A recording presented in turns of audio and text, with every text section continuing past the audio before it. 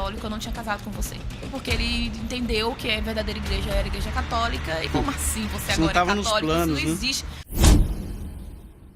Priscila, você já esteve aqui no canal, já contou um pouco do seu testemunho, mas desde que você esteve, né, o canal cresceu, a gente ganhou a plaquinha de 100 mil inscritos. Eu acho que você não tinha nem 100 mil inscritos na época. Não tinha. Você estava no início também, assim, no início assim, né? Exato. Então, muita coisa aconteceu depois. Então, conta um pouquinho para quem não te conhece ainda, mas faz um resumo aí de uns 10 minutos para quem não conhece a sua história, conhecer. Como que você foi atraída para a fé católica e como que deu esse processo? Gente, boa noite, né, a todos. Então, eu sou Priscila, sou ex-protestante. Hoje eu tenho um canal no YouTube chamado Descobrindo a Igreja Católica. Meu Instagram também tem o mesmo nome, Descobrindo a Igreja Católica, que é o lugar onde eu falo sobre essas descobertas, né? O que me levou à Igreja Católica. Eu sempre fui protestante. Acho que o Eduardo também, né? Você foi católico na infância? Eu fui católico não praticante. Mas você foi criado... Fui batizado na Igreja Católica e na adolescência eu entrei para a Igreja Protestante. Eu sou aquela protestante raiz, né? Eu fui criada, eu sou de 3 gerações de família protestante, famílias batistas. Escolinha, né? escolinha dominical. Avó, mãe, tios... Eu e toda a minha geração de primos, que minha família é bem grande, família nordestina. Então, eu venho de 3 gerações de batistas. Então, eu não tenho histórico eu não conhecia a Igreja Católica, eu não fazia parte da minha realidade, não fazia parte, eu não tinha amigos católicos, eu não sabia nada de catolicismo, porque eu fui criada na Igreja Batista desde sempre, né? Então, escolinha bíblica dominical, coral, retiro, né? Tudo isso, tá, gente? Então, eu vivi até os 35 anos, felicíssima. Eu não estava buscando a verdade, tá? Eu não estava nesse processo. Eu estava muito feliz. E eu não estava procurando, né? Então, tem muita gente que acha que a gente estava, assim, triste, decepcionado. Não existiu isso, né? Então, 35 anos de Igreja Batista. Fui fazer mestrado na Universidade Federal de Viçosa, e lá eu conheci Marcelo, que hoje é meu marido, que era católico de IBGE. Então eu falei, é católico de IBGE, não tem compromisso. Católico não tem compromisso, né?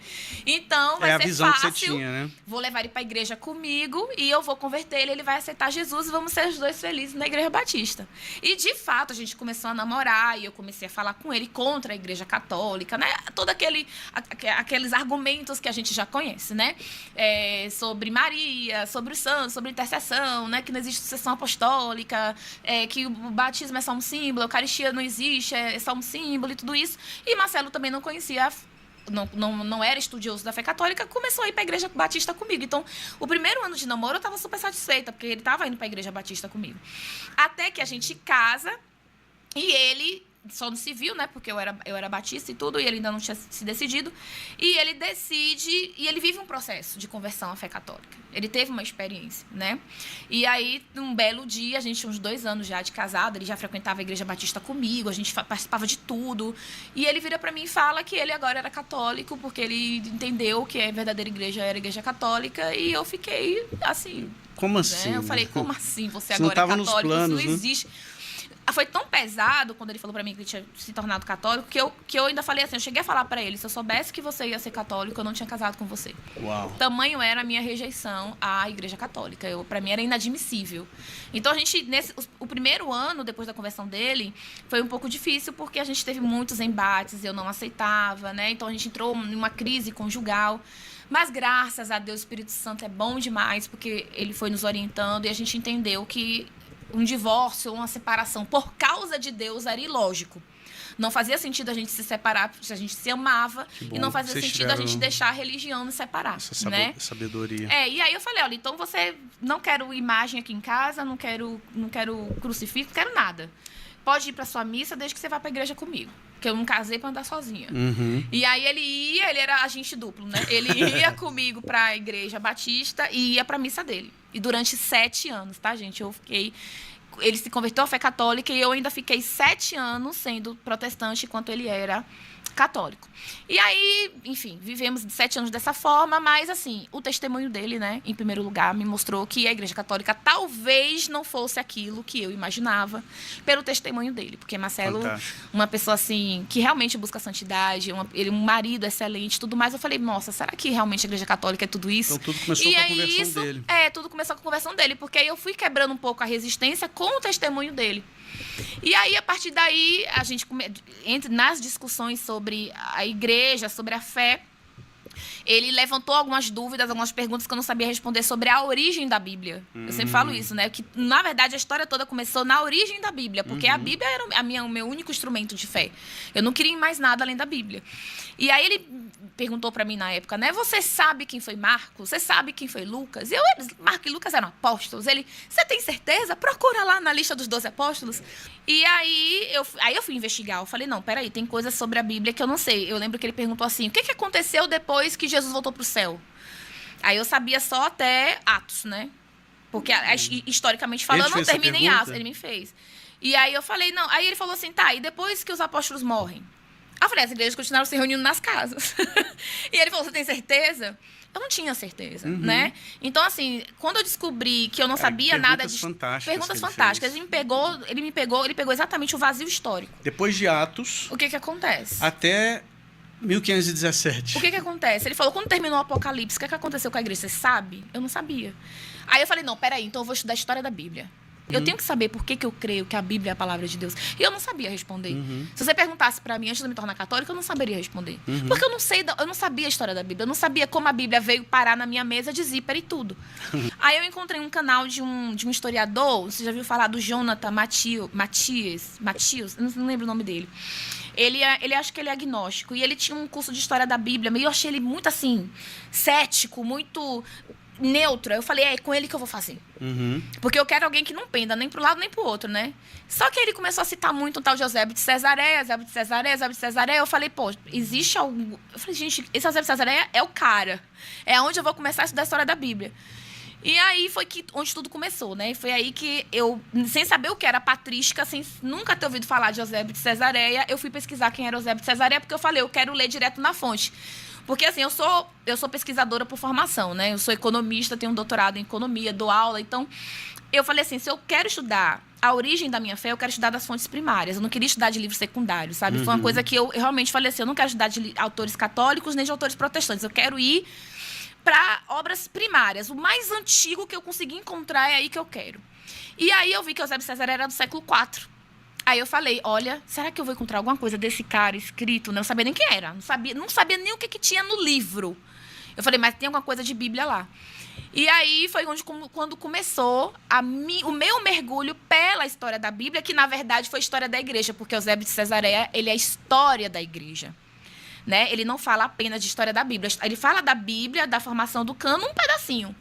Mas ele basicamente fala do que aconteceu desde que Jesus nasceu até a vitória de Constantino.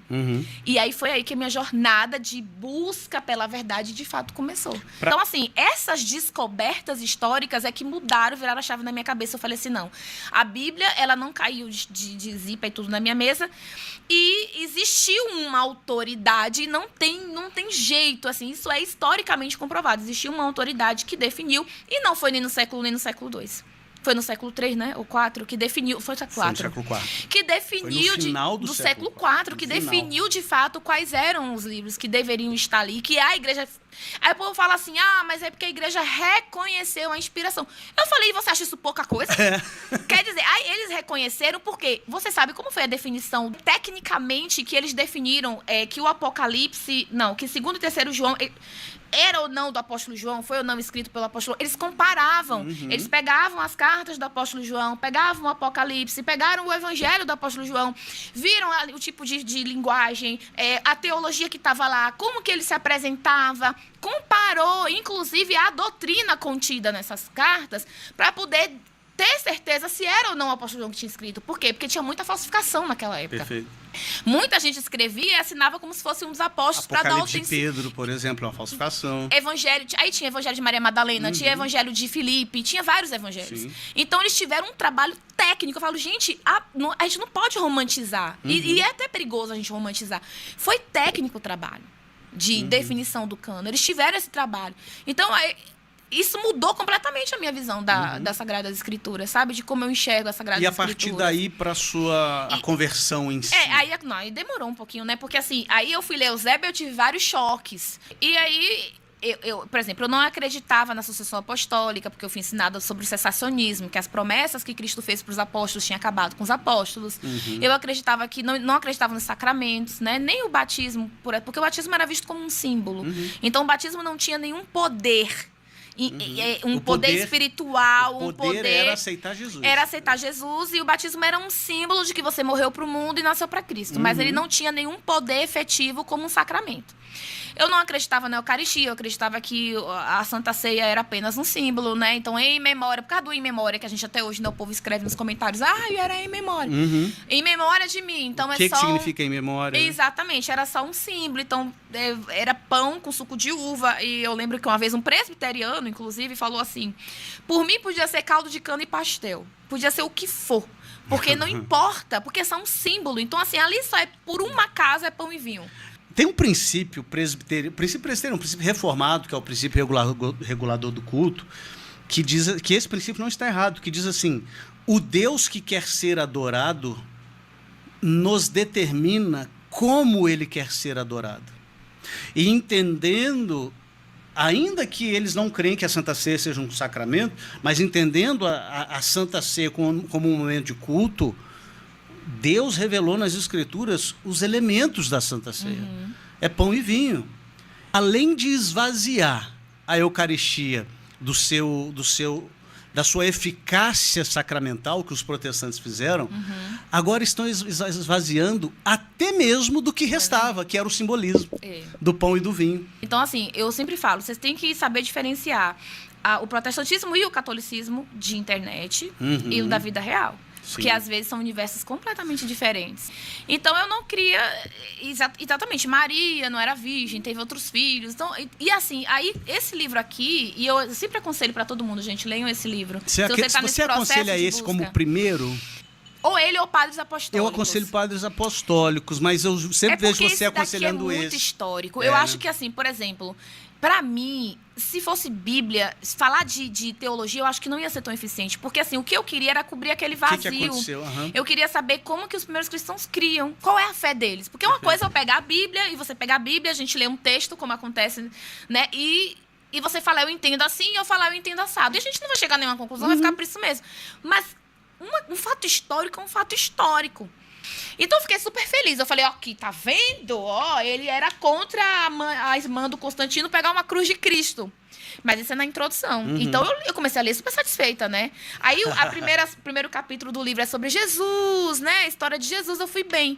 Quando chega no apóstolo Pedro é que a coisa começa a desandar. Porque quando o apóstolo Pedro vai para Roma, que era uma coisa que eu não cria. Então, quando já chegou ali, que eu descobri a sucessão apostólica. E por isso que esse livro, para mim, como ele bate em cessacionismo, com sucessão apostólica, Eucaristia, batismo, relíquia dos santos. Não, porque a relíquia dos santos, a igreja primitiva colocava lá no altar, mas eles não saíam andando com as relíquias, eles não veneravam as relíquias. Eu falei, meu amigo, quando eles descobriram a relíquia de Gervásio e Protássio, eles foi procissão com o corpo.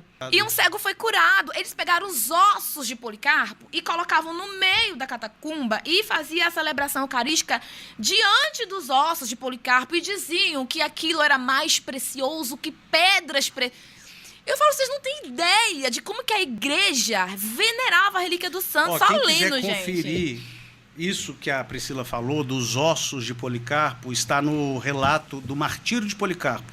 É só você tá aí também, tá aqui. Mas uma obra do 2º século chamada O Martírio de Policarpo, você acha na internet, facinho, e lê em 10 minutos. E a questão do Gervásio e Protásio está em Confissões de Santo Agostinho. E tá aqui também. Aí também. É por isso que eu falo que esse livro é maravilhoso. Entendeu? Por isso que eu indico ele. Maravilhoso. Então assim, a relíquia dos santos foi um tapa na minha cara. Porque eu falei assim, também. Cara, a gente critica eu porque achava a relíquia uma coisa assim, um absurdo, uma tipo, pé de coelho, trevo de 4 folhas. E não é. É um testemunho da ressurreição. Da ressurreição. É um testemunho da bondade da matéria criada. Da santidade. Da santidade.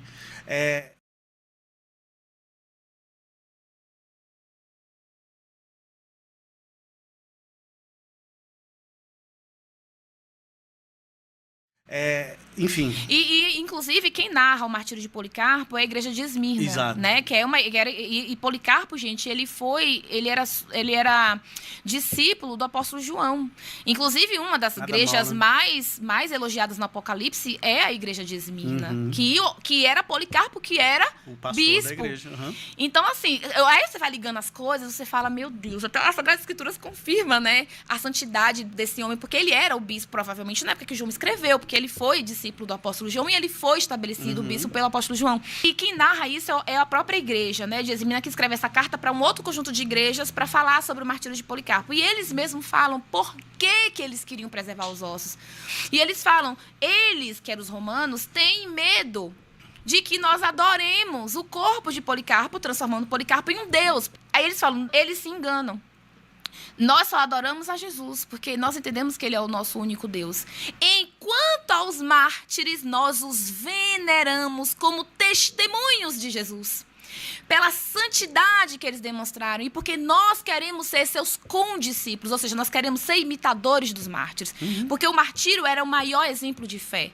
Então, a veneração à relíquia dos santos começa, e é o sentido que nós temos até hoje, porque eu quero ser imitador. Porque assim, todo mundo fala, mas você tem que ser imitador de Jesus. Mas quando você vê um ser humano que não foi Jesus fazer o que Jesus fez, porque é esse nível de santidade que a gente está falando aqui.